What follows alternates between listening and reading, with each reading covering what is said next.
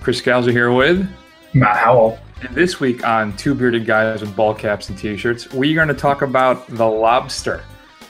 The film starring, yes, it's weird that everybody talks with a Boston accent. From Yorgos Lanthimos, starring Colin Farrell, Weisz, Jessica Bardem, and some other people I'm not so familiar with. But John C. Reilly and Leah Sudol. Ben Wishaw too. So that's a pretty well-known, strong cast. Pretty solid. So we're talking about The Lobster, which we'll just talk about it. I'm going to mention a few things about The Nice Guys, which is still in theaters. I want to talk about that. I think there's some things that come from that I think are important to talk about. We'll tell you what's coming up on Blu-ray and DVD this upcoming Tuesday. That's June 14th. Our Classics Marathon continues with the James Dean in Rebel Without a Cause. And then we're going to tell you what we think our favorite alternate realities are in the movies. So, Matt, let's take a listen to The Lobster. Maybe now it'll make more sense. Let's listen. Have you ever been on your own before? No, never. Your last relationship lasted how many years? 12. Sexual preference? Women? Any children? No. And the dog? This is my brother. He was here a couple of years ago, but he didn't make it. Good morning. 44 days left. Breakfast is served. As you understand from your brother's experience. If you fail to fall in love with someone during your stay here, you'll turn into an animal. Would you like to dance? Mind if I join you? It's no coincidence that the targets are shaped like single people and not couples. Now, that's not really a fair characterization on my part. It's not that the film doesn't make sense. All right. I understand what's happening. I do. So I'm kind of more just being a snarky jerk.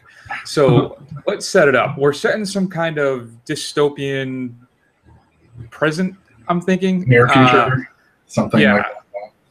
So, but this is what prompted our discussion later on of alternate realities. Because in this reality, in this place called simply the city, if you're single, maybe you broke up with your significant other, maybe they passed away, who knows? But if you're a single adult, you're sent to this hotel where you have 45 days to find a romantic partner, Matt, or you're turned into an animal. Now, fairly, it's an animal of your choice.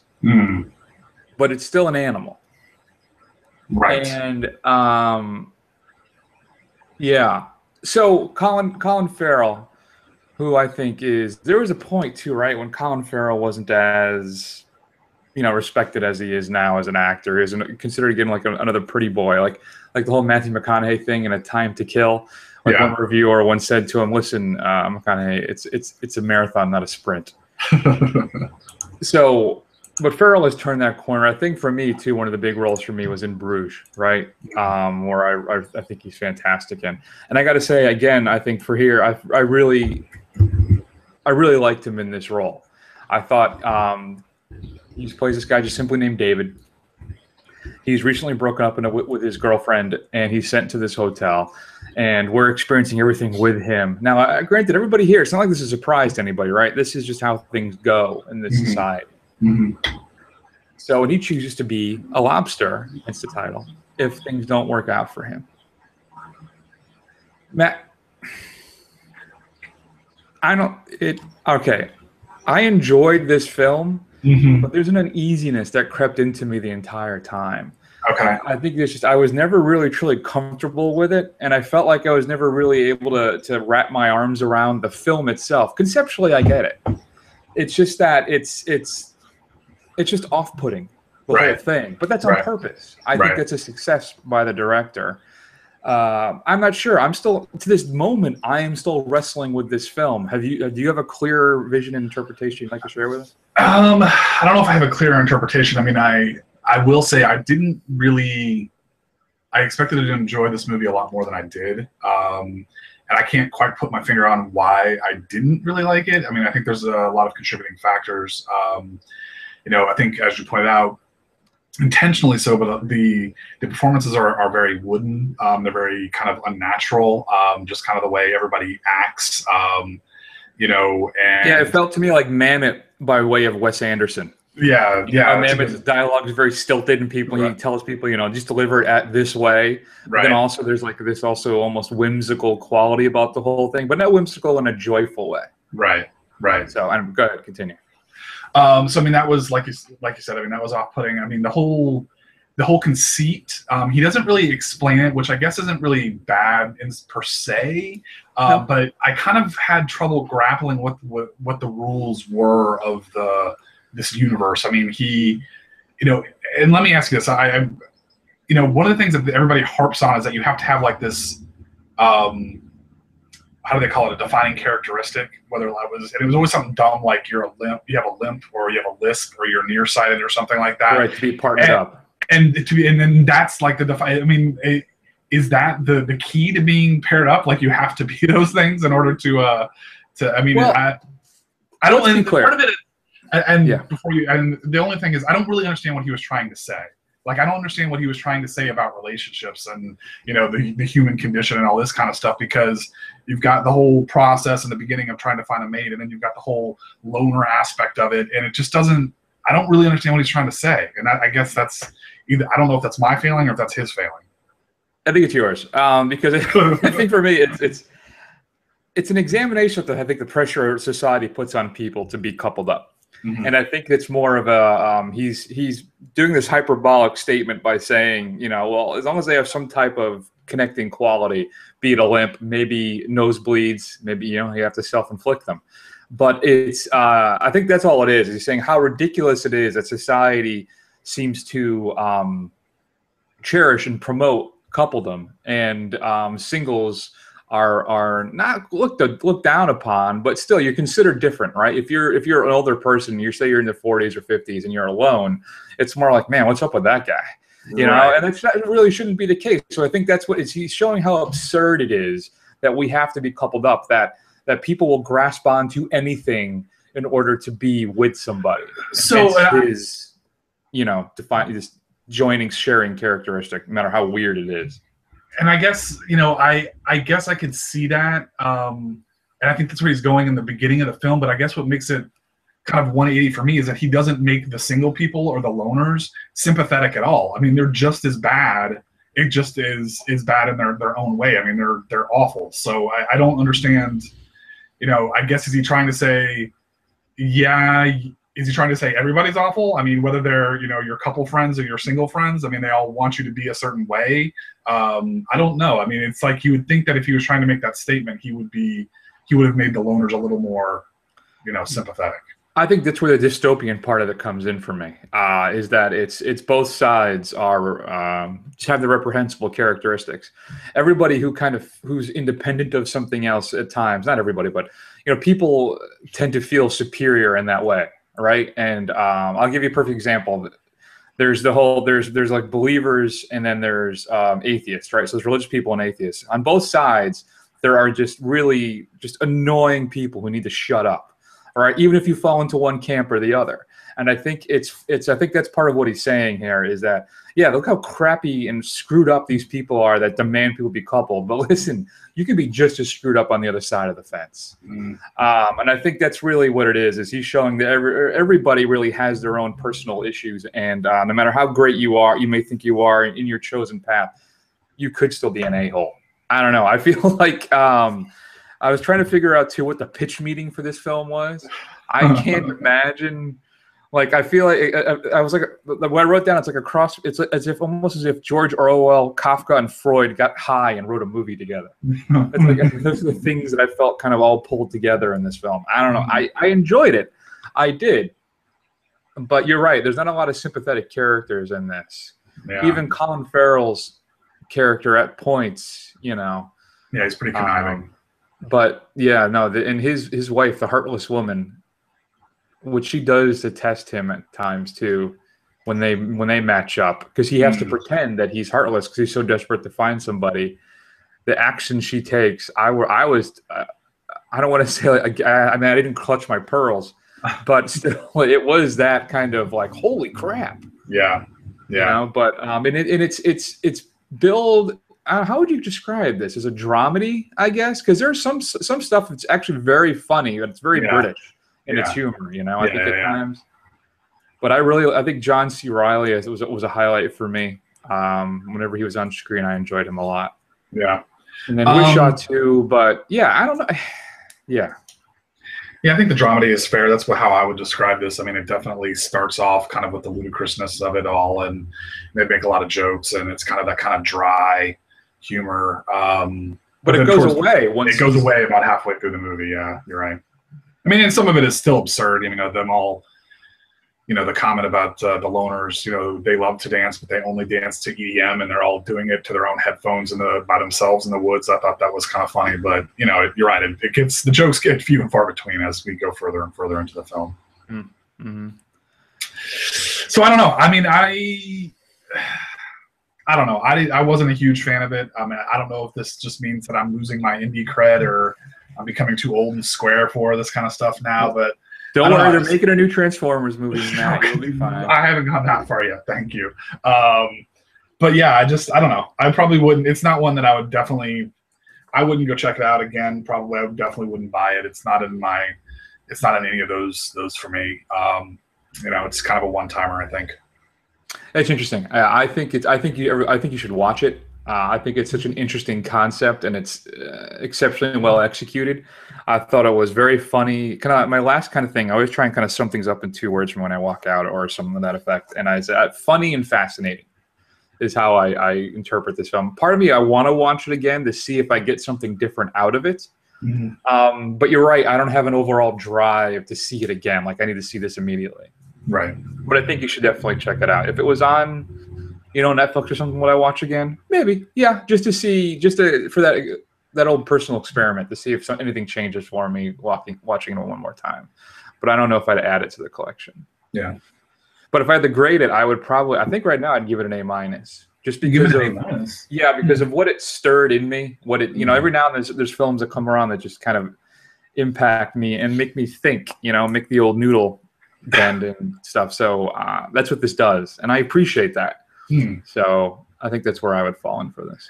Yeah, I'm going to go complete opposite end of the spectrum here. I mean, I'm going to give it a C+. I'll give it a C+. Really? You couldn't even get a B out of that. Huh? I mean, like you said, I mean, the conceit was interesting. I kind of wanted them to do a little bit more with it. It had the jokes. It was funny, but I mean, the acting kind of put me off, and just the message. I just didn't really buy into what he was selling. And that, I guess that's fine. So I guess for me, this is my first, I'd say bit of a miss for Studio A24 for us, but we'll see. We'll see how this keeps going. Yeah, no, they're still doing well enough for me. I'm still all in on A24s. Let me tell you. All right, if you had a chance to see The Lobster, shoot us an email at feedback@thefirstrun.com. We'd love to hear your thoughts. Matt, you didn't get to see this film, but I did, and I want to talk about it. So let's hear a clip from The Nice Guys.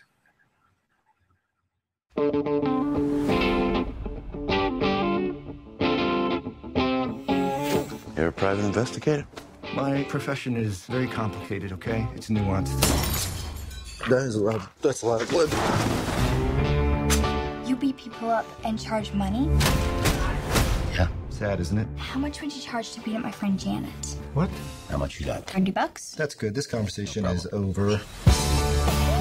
The mob is trying to spread its operation to Los Angeles. Somehow, my daughter Amelia is involved.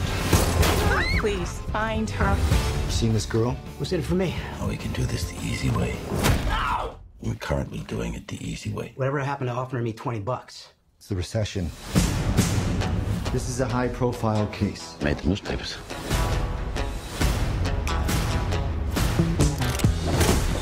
Where is Amelia? What the hell's going on? Oh, there's a guy coming to kill us. That kind of crap. Hey, can you behave like a professional? I'm sorry. Matt, The Nice Guys is out. For some reason in my head, and originally I may have mentioned that it was a Ridley Scott film. I don't know why.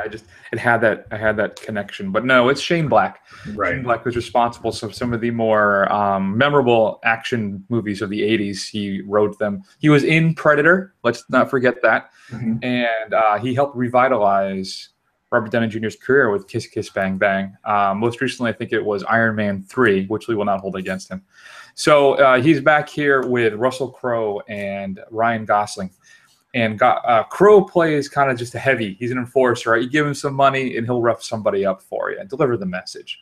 And then Gosling is a kind of down-and-out private eye trying to support himself and his daughter. And he's a bit of a screw-up.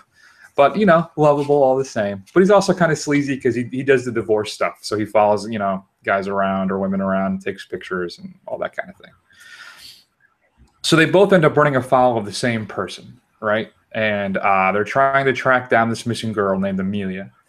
And I don't want to get too much into it because I don't want to ruin the plot. And one of the I think the great successes of this film is that it has lots of twists and turns. It's a very strong modern day film noir, kind of like if you were to take LA Confidential, drop it in the 1977 and make it funnier.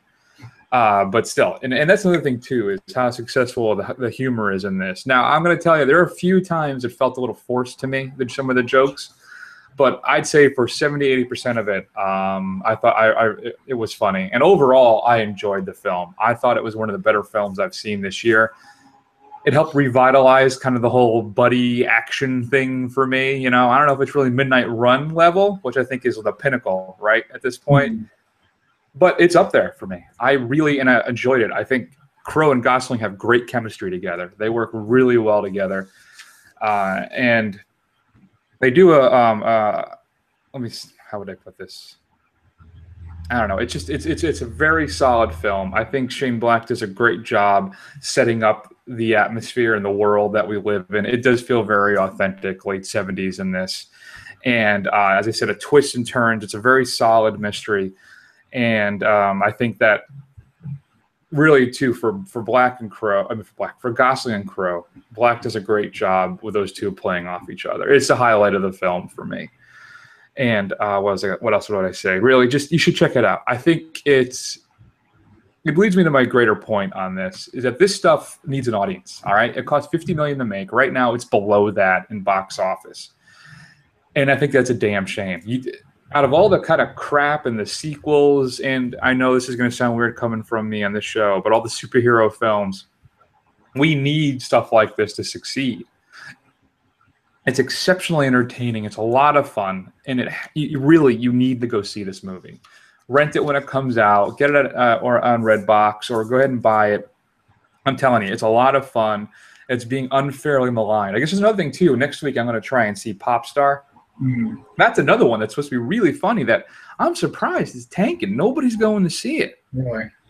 After the reviews were pretty bad. I mean, no, they're not though. They're not. Okay, no, the reviews are actually really good, Matt, for a Saturday Night film. Let me pull it up here on RT.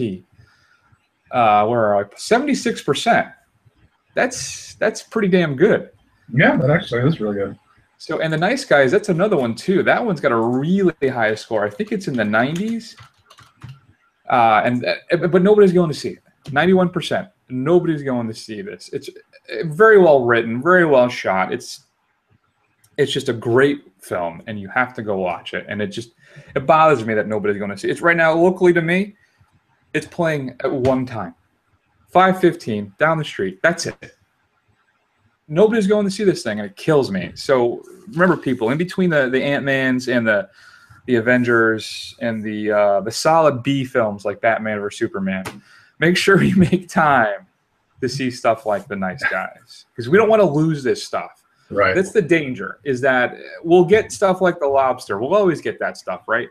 But we're not going to get these mid-market, solid kind of fun thrillers. Everything will just focus on sequels and tent poles. And I don't want that to happen. So please go watch The Nice Guys. You will not regret it. And that's just my little PSA for the day, man. Soapbox done. Put it away for the week. There we go. All right, let's talk about what's coming up on Blu-ray and DVD this upcoming Tuesday. Really solid film. 10 Cloverfield Lane being released on Blu-ray. Includes a digital copy as well as Ultraviolet and a DVD. Commentary by the director, Dan Trachtenberg, and producer, J.J. Abrams. 30 minutes of behind-the-scenes footage as well. And if you get it from Best Buy, Matt, there is an exclusive steelbook. But we both enjoyed Cloverfield Lane, did we not? We did. It was a good little film. Probably the first 3 quarters were probably the best part, but still solid. Yeah, once we felt we had to tie into Cloverfield. Yeah. Still good. I still enjoyed it. A film I'm hoping to catch on because it's one of those kind of feel-good films, and the missus would like to see it, is Eddie the Eagle. That's the one about the English guy who wants to be the long jump skier. Right. Features Wolverine, and it's Blu-ray DVD digital copy, and a bunch of behind-the-scenes featurette, including a documentary on the actual Eddie the Eagle. The new version of Canon has released London Has Fallen. I didn't realize this until I watched that Canon documentary on Netflix. Yeah. But that's what this is. This London Has Fallen, these kind of mid-budget action films that get churned out. It was one of the guys who used to work with them, right? Oh, okay. Started his own company, and one of them is this insert location has fallen. Okay. This one, though, exceptionally maligned. London Has Fallen is being released. This is the one with Gerard Butler and then Aaron Eckhart as the president. But Butler's it's basically Die Hard in the tube. I don't know. Well, it's a sequel to Olympus Has Fallen, right? Exactly. Exactly. Hello, my name is Doris, the film directed by Michael Showalter. Stars Sally Field, and she's after a lifetime of being overlooked and ignored. Doris finds her world turned upside down by a handsome new coworker and a self-help guru that inspires her to take a chance on love. Includes alternate opening, deleted extended scenes, and then commentary by the director. The the X-Files TV show revival that I got 4 out of the 6 episodes watched, and then my DVR got so full I didn't see the last 2. That's getting released on Blu-ray. Did you watch the revival, Matt? I did. There was actually only 1 episode that I would consider good, and that was either the 4th or the 5th one about the lizard man who turns into a person. I saw that one. Yeah, that's by far the best one. The rest of them, like the last episode, when you actually end up seeing it, you're gonna be like, "What the hell was that, Chris Carter?" And they say they're gonna do more, right? He wants to kind of do. Oh this yeah. They're saying everybody's on board. They say made enough money, enough eyeballs. Whatever, man. Now, was there an overreaching arc throughout the whole 6 episodes, or no? So the first episode and the last episode bookend together. I mean, the rest of it is not really connected. They're kind of like standalone episodes in the middle. Okay. All right. Fair enough. So that's coming out. Includes audio commentary on 2 of the episodes. Mulder and Scully meet the Were-Monster. That was my favorite one. Yeah, that's the one. That was excellent. That was by the guy who wrote Darren Morgan. He wrote some of the best episodes they had. The Jose Chung's from Outer Space, which is one of my favorite hours of TV ever. He wrote that, and I think he wrote Bad Blood about the Luke Wilson with the Vampire Town, which is also hilarious. Kind of a Rashomon version of the story. Interesting, and that's the one that stars the Were-Monster guy is the guy from Flight of the Conchords. What's his name? I'm forgetting the comic's name now. I'm sorry about that. You know what? I never really watched the X-Files. No. And they're all on Netflix. Should I start? It hasn't aged well, and I think what you could do really is just go online, say what are the top 10 X-Files episodes, and just watch those, and you'll have an appreciation for it, and it'll be good. But I mean, especially they're only good until about the 5th season, and even then, it's still like this is very early 90s. Well, my issue I think always was I was never really interested in the overarching alien conspiracy. I just like the Case of the Week episodes. Right. I should say too, there's 2 discs. On the other disc, there's commentary on another episode as well, and then on the second disc, there's a deleted and extended scenes of My Struggle, one of the episodes, a gag reel, and some other stuff as well. New to Blu-ray, Criterion is giving us Here Comes Mr. Jordan, a sophisticated supernatural Hollywood comedy whose influence continues to be felt, Matt, though I've never heard of it. Here Comes Mr. Jordan stars the eminently versatile Robert Montgomery as a working-class boxer and an amateur aviator whose plane crashes in a freak accident. He finds himself in heaven, but is told by a wry angel named Mr. Jordan, played by Claude Rains, that his death was a clerical error and that he can return to Earth by entering the body of a corrupt and about to be murdered banker whose soul could use a transplant. This is what inspired Chris Rock's film with Warren Beatty. Well, Warren Beatty was in the first remake, then Chris Rock was in the second remake. I think Warren Beatty's was Heaven Can Wait, and I can't remember the name of Chris Rock's version. But being released by Criterion, includes a new 2K digital restoration. They're also giving us Les Shen, which is Jean Renoir's ruthless love triangle film. It's his second sound picture, by the way. That includes a new 4K digital restoration and a new interview with Renoir scholar Christopher Faulkner. So you can check that out from Criterion.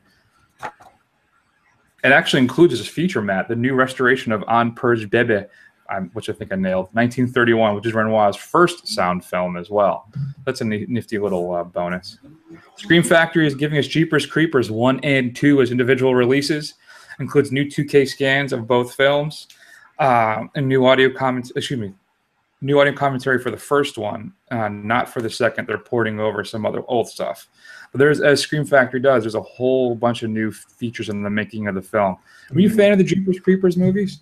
Yeah, I thought they were fun little monster movies. I mean, they weren't they weren't classics of the genre, but they were fun to watch. I think I own the double pack somewhere on DVD. Yeah, I don't own any of them. Maybe now I'll pick them up. That seems to be a big. I think it's a generational thing. So I thought they were fine, but when this was announced, I was on Blu-ray.com and people are flipping out about it. So I'm thinking this must be because this was what, mid '90s, late '90s? No, probably early 2000s. I think. All right. Either way, now you have a big chance to pick up these new versions. There's a new Bourne box set coming out called the Classified Collection. It's all the movies, including the Renner one. But the big difference this time is now you get digital copies of all the films as well. And if you get it from Best Buy, Matt, there's a steel book for that as well. And then for those fans of your softcore skin flicks from the 80s, actually this would be early 90s, I think, Sorceress. This stars Linda Blair, Eddie Albert, and of course Julie Strain. It's you know what, it doesn't matter, but it's a classic of that genre. So if you're into that kind of thing, now you can finally pick up Sorceress from Synapse. What else? Romeo's Bleeding, Panic in Needle Park, Victor Victoria, Hound of the Baskervilles, this one starring Peter Cushing and Christopher Lee, and then Rollerball, all getting their Blu-ray releases. The original Rollerball, not the new one. Very nice. Straight to DVD pick of the week, Matt. I'm going to go with Gross House. You ready for this? I love this. I cannot wait. Marty is a nerdy 28-year-old who still lives with his mother, Bertha, a sexually abusive prostitute. Together they eat salmon, peanut butter, and beer smoothies. Ooh. I want you to sit with that for a little bit. They have a sexual obsession with fish and murder all of Bertha's sex clients to steal money in order to afford their exorbitant costs of living in L.A. Things change when Marty's sister, Petunia, shows up. As she becomes Marty's love interest, sit on that, Mamas won't stand for it. Gross House is that movie that will make you feel uncomfortable. I'm uncomfortable just reading this. From the beginning to the end, there'll be no escaping the putrid and repugnant scenes in Gross House. Well, I feel dirtier for having you tell me that. Thank you, Chris. Thanksgiving. White meat. So that is disturbing. I don't know what it is too. This is one of those two where I wonder where they're just sitting around getting drunk. All right, so what would be the weirdest thing you could be sexually obsessed with? All right, fish. Good. What would be the weirdest smoothie combination you could come up with? More fish. Salmon, peanut butter, and beer? Why not? And I can't imagine the power of the blender that you would need, because peanut butter, that's tough. Well, anyway, I'll have to try an experiment. We'll do our own Mythbusters here. We'll see if that's... Yeah, I've got a Nutri-Ninja downstairs. I've got some salmon. I'm going to go make a smoothie. Fantastic. All right, Matt. That's the big stuff you need to be worried about. Let's move on, shall we? Let's talk about the next film in our Classics Marathon, Rebel Without a Cause. And can I say, refreshingly devoid of racism. Yeah, it is. So let's get into that. Let's hear a clip from Rebel Without a Cause. You know something? I woke up this morning, and the sun was shining, and it was nice, and all that type of stuff. And the first thing, I saw you. And I said, no, boy, this is going to be one terrific day, so you better live it up. Because tomorrow you'll be nothing. See? And I almost was. I'm sorry. I'm sorry that I treated you mean today. You shouldn't believe what I say when I'm with the rest of the kids. Nobody acts sincere. Matt, I feel like this entire marathon is going to be just revelations for me. You think so? I mean, I remember last week, if you listen to last week's show. Yeah, you gushed. You gushed. I was just floored by Mr. Brando's performance. Now I finally understand. Cool. Now I know I'll never grasp that ring myself. I get that. But I have never seen anything cooler than James Dean smoking a cigarette. Possibly the coolest thing I've ever seen on the screen. His head tilt. You know, this is what's driving me nuts too. The entire film, I'm watching it, and it's screaming to me a modern day actor, and I didn't realize it until watching this film. And I can't name it. I Googled modern day James Dean. I Googled who's today's James Dean. All this stuff last night, and I found nothing. So I'm hoping you can help me with this. Maybe the listeners at home, feedback at thefirstrun.com. But who seems to be aping James Dean the most nowadays? Gosling, maybe? That's who I landed on. Yeah. But I'm not 100%. And what struck me, too, is how much Tatum looks like James Dean, too. Yeah, he does look like him. Doesn't act like him. That's the thing that I was worried about. Because James Dean is an icon, right? He made 3 films and then tragically died. Yep. And let me tell you one thing, too. I'm going to go get those films this weekend and watch them. Okay.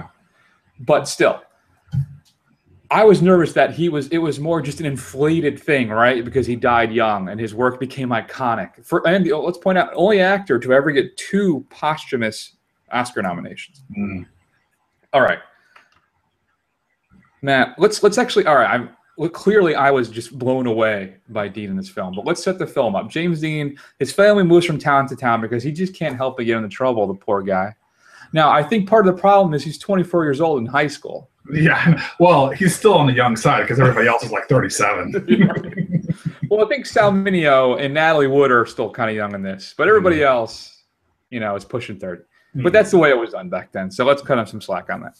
So he just keeps falling in with the wrong crowd. This time he's really just trying to do the right thing. Unfortunately, he runs afoul of Buzz, who wants nothing but to harass the new kid. And things just go horribly wrong. They decide to play a little game of chicken. Can I tell you how much foreshadowing of Dean's death is in this film as well? It is absolutely eerie. Right. He talks about dying or something in traffic. I watched one of the special features on my DVD, too, I got from my local library. Go support your library. There's a PSA on driving and speeding on the highways in this film that Dean does, which is the promotion of this film. It's the foreshadowing is incredible in this movie. So anyway, they have the race. Buzz bites it. And which, of course, nobody even bothers to call the cops or check on Buzz. We're just assuming he's dead. It's fine. But just all get out of here. And then the remaining members of Buzz's gang are out to get revenge on James. And then we have the whole weird thing with Sal Mineo, who is a burgeoning serial killer. Let's not dance around it. In the opening of this film, he's confronted by the cops asking him why he shot all of those puppies. I actually had to rewind it to make sure that's what I heard. And that is indeed the case. That is indeed the case, yes. See, the problem with Sal Mineo's character, what the hell is his name again, too? It's just Sal Mineo to me. He's John Plato Crawford. How could I forget Plato?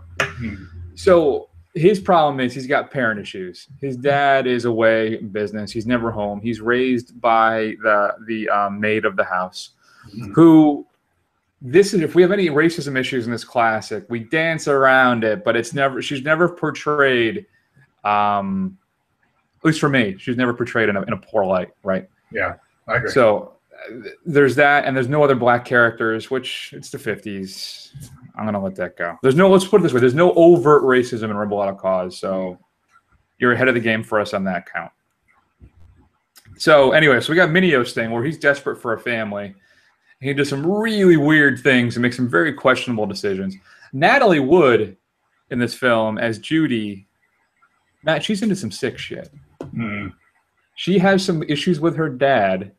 I mean, if watching these films am I wrong? Watching these films in a present context, the relationship she wants with her dad, she seems to like it a little rough. She likes a little violence. I think you'll notice that as well if you watch this film. Yeah. There's something going on with James Dean's dad in this film, where he's always in his suit, fully suited almost all the time, no matter what time of day it is. Right. So I think there's like some psychological issues there as well. And what does he do for a living that they can just keep randomly moving around? I'm assuming they're independently wealthy. I guess. Anyway, I've been all over the place, Matt. So why don't you rope me in? Tell me your thoughts of Rebel Without a Cause. Well, I'm with you. James Dean is just, I had never seen a James Dean performance. I just remember, obviously, the posters. Can you hear that? Yep, a little bit, but you're all right. Okay. The posters in the dorm rooms of him in his red jacket, smoking a cigarette, looking cool, those iconic images. And, and I'm completely with you. He is magnetic to watch, and he's by far the best part of this movie. The thing that took me out of this movie is that it doesn't seem to make a whole lot of sense. It seems to have kind of like a 50s pearl clutching, look at this rebellious youth kind of stuff going on. Mm-hmm. And just certain things just took me out of it. Like, I know it's completely dumb to say, they're doing the chicken race, and literally when James Dean jumps out of the car and his car and Buzz's car goes over this, I'm like, James Dean just wasted his car. Why didn't he just put on the brakes instead of jumping it out and make it go? Well, remember, the cars were stolen. They weren't their cars. Okay, so I missed that part. So excuse me. But yeah, I mean, I think it has some great scenes, but I think as an overall cohesive story, it just didn't have the same oomph that On the Waterfront did for me. But I think it has some, even the parts, when he comes back after Buzz dies and they're talking about, his responsibilities and stuff like that, and the scene where he's talking with Buzz before the race. I mean, things like that I thought were excellent, but I think as a whole, I don't know, it just didn't seem to hold together quite as well for me. It's not quite a Training Days thing for me. As I always say, that's the archetype for me. It's great performance, bad film. Yeah. I don't think that. I actually enjoyed the film, and I think part of my issue is most of my experience with these wayward teen films has been through Mystery Science Theater, so all I've seen are the horrible ones, like Teenage Wasteland and all that stuff. So I didn't have that same effect. I actually enjoyed it. I thought overall it was fine. It was, you're right. There's the hyper kind of, how do you describe it? Just the hyper reality, not hyper reality, but just how it's just a little west of reality that these kind of films were like back then. You're right. They're trying to state a message about, kids are out of control and we got to be careful, that type of thing. But it didn't feel as heavy-handed for me as some of the other ones, like I Accuse My Parents, which is my all-time favorite Mystery Science Theater episode. But still, no, I didn't have many issues with the film as you did. And again, for me, it was James Dean. You want to talk about a magnetic personality. This performance, for me, this hit me more than Brando did in On the Waterfront. But I think it's because of and it's so cliched, but it was just how cool he was. Right. You hear the whole thing about he was the height of cool. Everybody wanted to be. You think yeah. But until you see it, you don't really understand it. And really, that's what kind of knocked it home for me. He's just how subtle he was in his movements and how he just inhibited this Jim Stark character. I mean, he was him and Brando, right, were the beginning of the whole method actor thing. And just he is so much better than everybody that surrounds him in this film. It is noticeable. The way he's in a different stratosphere of acting than everybody else in this movie. They're fine, but he's just doing something different, and you can't take your eyes off of him. Just like it was same thing I said about Brando too, but it is incredible watching him on the screen. I don't know, Matt. Like I said, it immediately I wanted to watch East of Eden and Giant. Immediately. I just was blown away by him in this film. Just watching him move. I'd swoon, like he'd turn, he'd scratch his head and look up, and he'd do this thing, and he'd be like, "That is so cool!" over and over. The scene it was for me that did it was the scene where he's lying down, right, and he's just smoking his cigarette, and then it's just like I said, I'd never seen anything so cool on the big screen in my entire life. It's his fault that smoking looks cool, that's for sure. It's a beginning, and really, I think that could very well be what started all that stuff, was of how smoking was cool. Would be, I think that scene I could see ushering in generations of smokers, unfortunately. But this is a watershed moment. This film, particularly this performance. I mean, he's influenced so many people, and I get it now. Watching this, man, I saw it. I saw all the actors afterwards. Where they pull from is here. Right. It's James Dean's performance in this film. You could see it. I'm naming actors in my head as I'm watching this film. Oh yeah, well that's why Pacino does that, right. Or that's why Timmy Wiseau yells that in The Room. I mean, you can see you're tearing me apart. Clearly, that's where that's from. Right. So yeah, and it's a who's who of your actors back then too, right? Jim Backus, of course, in the film, and who was the cop guy? The cop guy shows up in a whole bunch of stuff too, and I can't remember his name now. But either way, Matt, blown away. For me, A+ for the performance, A- for the film. If you haven't seen Rebel Without a Cause, buy it today. You will not be disappointed. Straight out and buy it, huh? Yeah. Yeah. All right. Very cool. No reservation. No reservations. I would say, yeah, I agree. A+ for the James Dean performance. I'd probably give the film a B+. You know, it hasn't aged in some aspects. I mean, not as bad as something like Gone with the Wind did, but yeah, I mean, I think it's definitely something you have to check out. Yeah, I have my notes here. Film itself is a little much at times. It goes a little far, like we said. Here's possibly here's possibly one of the most pretentious comments I have ever written down. Are you ready? I wasn't going to say it, but I think that is huge. I think I owe it to the audience. I have to be honest. This is what I wrote down. I'm talking about Dean's performance. Subtle but powerful. Every gesture is an earthquake. Wow. That is the most pretentious thing I have ever written and said on this show. Congratulations, Chris. Woo! Let's Every gesture an earthquake. Let's take a rest here. Mark this down. In my defense, it was really late at night. I finished watching this last night around 11:30. We all know that's BS. I would have written that no matter what time I wrote. Yeah, seriously. I got to tell you, too, I was terrified something was going to happen to him at the end of this film. That James Dean, something bad was going to happen. When they do the jacket switch, Matt, I was like, oh, Christ. Oh, no. So, but thankfully, everything worked out to my satisfaction. And, of course, Dennis Hopper as one of the goons. Tell me when you spot Dennis Hopper. Shoot us an email, feedback@thefirstrun.com. All right, Matt, so let's move forward. Let's hear a clip from one of the films that didn't make the cut for me in my alternate realities. I'm very embarrassed I work here. Hi. Hi. Hello. And you're very pretty. That only makes this worse. Your sister? No. Daughter? No. She's way out of your league. Thank you. Sorry, it's my mom. I think she's probably checking on the date. It won't take long. Hello? Yes, I'm with him right now. No, not very attractive. No, doesn't make much money. It's all right, though. Seems nice. Kind of funny. A bit fat. Has a funny little snub nose. Kind of like a frog in a facial. Yeah, but... No, I won't be sleeping with him tonight. Nope. Probably not even a kiss. Okay, you too. Bye. Sorry about that. It's all right. Don't think twice. How is your mum, all right? She's all right. Great. That's...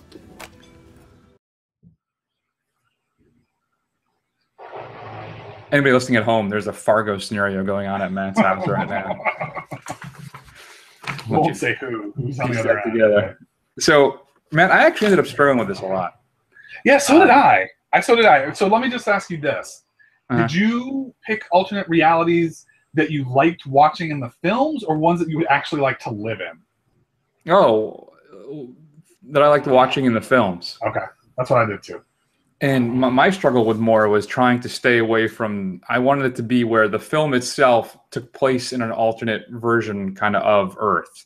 Like where things are kind of like Lobster, where things are just kind of slightly off, right?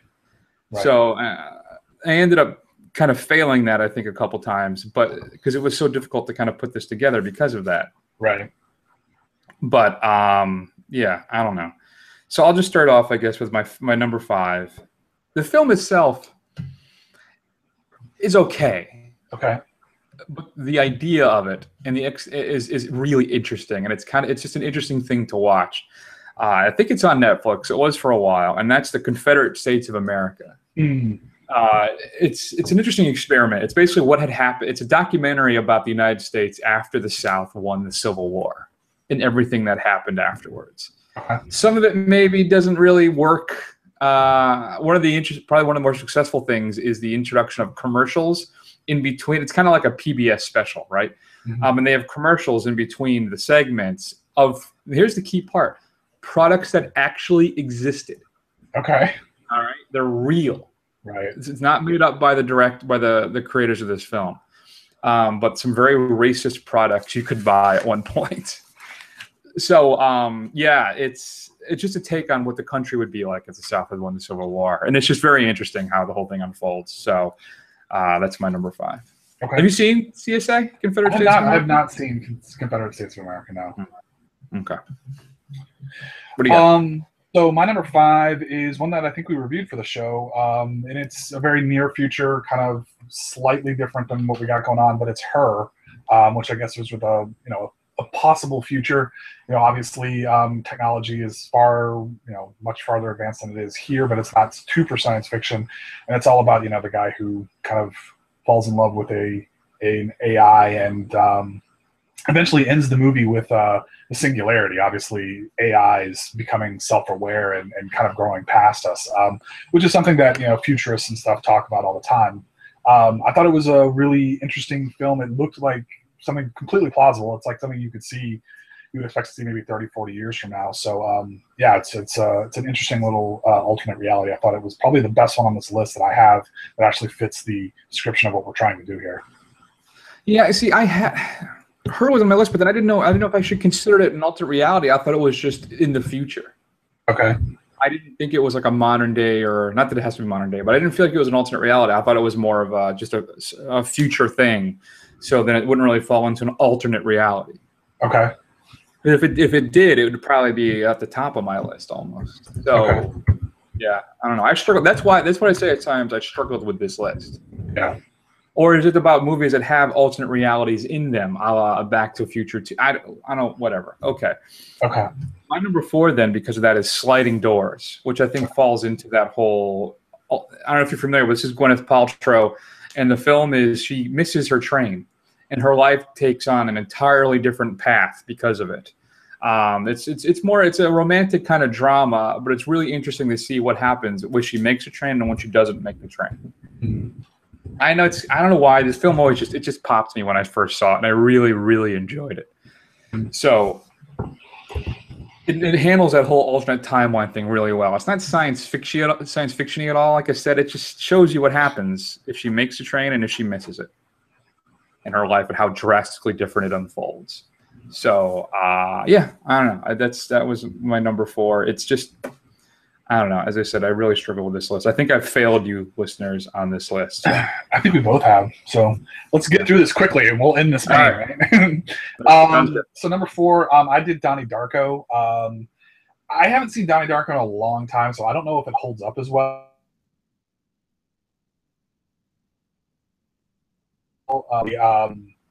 A young boy played by Jake Gyllenhaal who is visited by a man in a rabbit suit and basically tells him how he was supposed to die, and if he doesn't, the world will end. And it's really kind of an odd, again, alternate timeline, different changes to the future kind of thing. Like I said, I don't know if it still holds up. I know it's got its cult. I don't know if you've seen it in a while, Chris. I haven't seen it since it was first out on video, I think. It's been a long time. Yeah, but I remember enjoying it when I saw it, so when I was more in my pretentious youth, so we shall see. Donnie Darko. Fair enough. All right, my number 3 is Richard III. This is a version that was set in a fascist 1930s England. Ian McKellen plays a dictator, the titular Richard III. Great performance by McKellen, as well as Robert Downey Jr., Annette Bening. Also features Jim Broadbent and Maggie Smith. I love these different versions of Shakespearean plays, right? Like my favorite one probably is Kurosawa's Throne of Blood, which is Macbeth.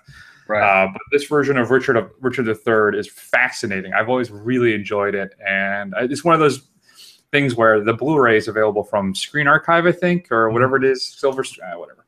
But I've been like ready to buy it over and over again, and I've never pulled the trigger. It's actually for sale, I think, for $10 off right now over the next week, so I may finally do it.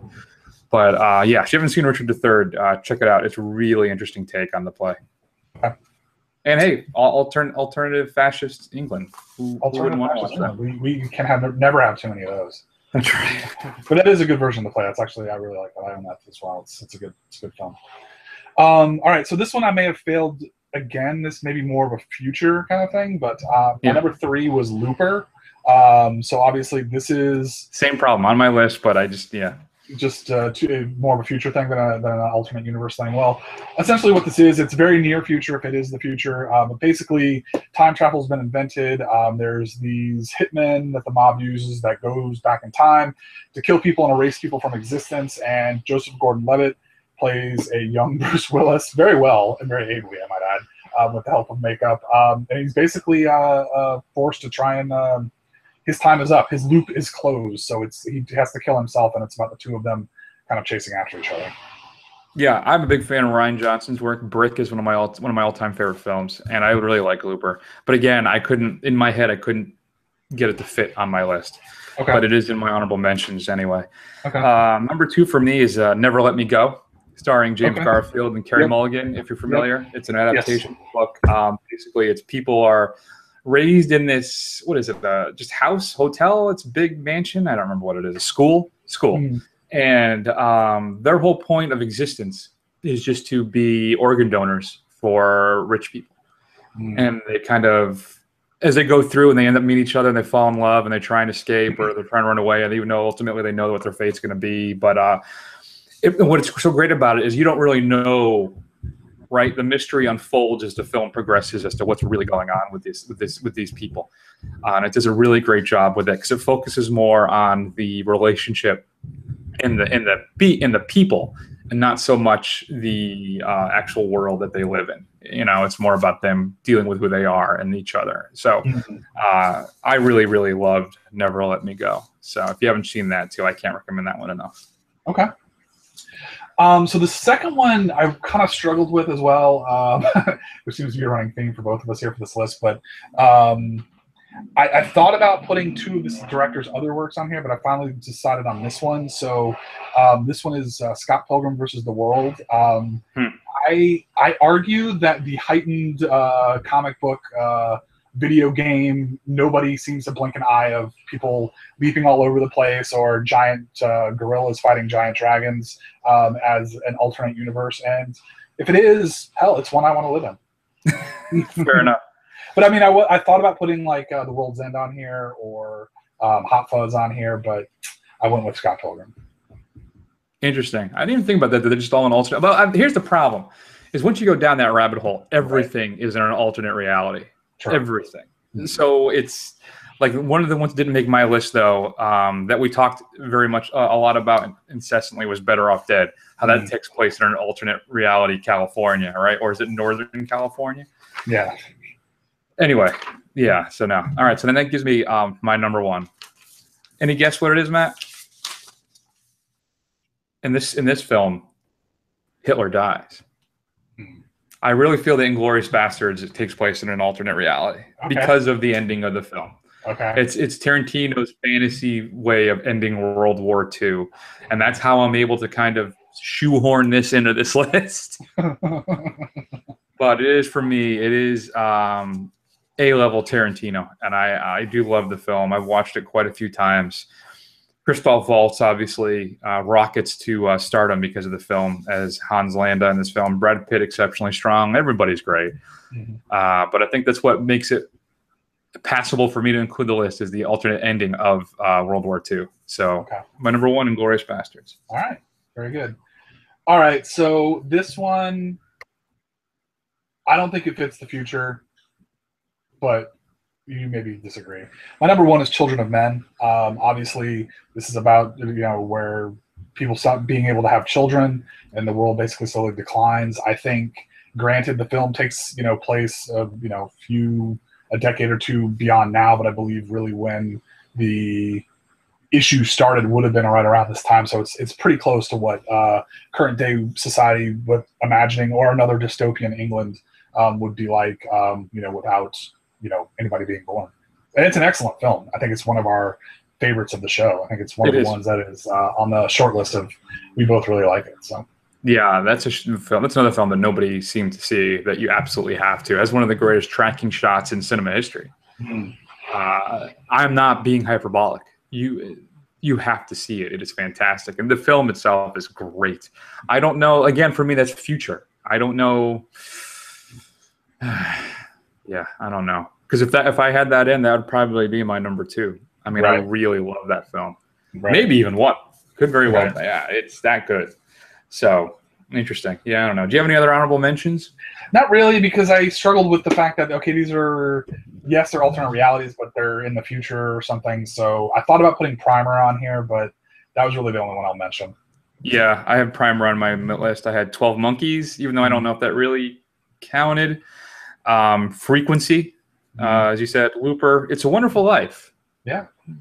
Okay. Matrix, I guess. Yeah. The Australian film we saw. I don't know if you Rover. I feel that's an alternate timeline. Okay, yeah. But then did we then bring in all the Mad Max films as well? Because what was that kid? What was that one? Dynamite. What was that? Turbo Kid. Turbo Kid. Yes. On my list. Turbo Kid on my list. Fido, District 9, Invention of Lying. If that film was funnier, it would have made my list. It's a Ricky Gervais film where everybody doesn't know how to lie and he figures out how to. Even the beginning of Watchmen. Yeah. The beginning of that film is very strong. Yeah. Back to Future 2, as I had mentioned as well. So even Star Trek, maybe the 2009 version, right? Because the way that everything's unfolded, it sets a different timeline for everybody. Okay. I guess. I don't know. So clearly we're struggling with this one. Let's never do this again. Yeah, this is not our best inventory or top 5 or whatever we want to call it. So yeah, all right. Either way, that's the big show for this week. Next week, Matt. I don't know if you're going to get a chance to check anything out. I'm definitely going to see The Conjuring Part 2. Okay. And then maybe squeeze in Popstar. I'm not sure. Warcraft, 27%. Man, I think that was just going to focus on its own personal audience to begin with, but I don't know.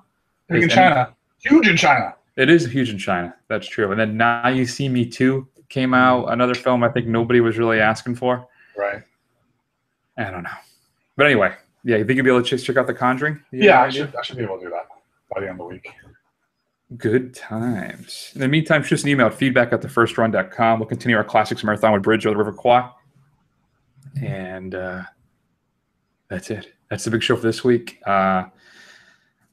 Hasta la vista, baby. Matt, I decided I'm going to use my calendar. I'm going to use my calendar to come up with closers every week, which has famous movie quotes. Okay. Who's excited? I'm very excited. And we got makes it a lot easier for me. And it had Hasta la vista, baby, this week. Hasta la vista, baby. There you go. Or yesterday's, I should say. I didn't update it yet. So just for the kids at home, I'm going to be nice. So you know what? You better believe it, from the Jungle Book. That's actually today's. So there you go. We're going to take an extended break, and we will see you all in a week as the show sputters to a close. See ya.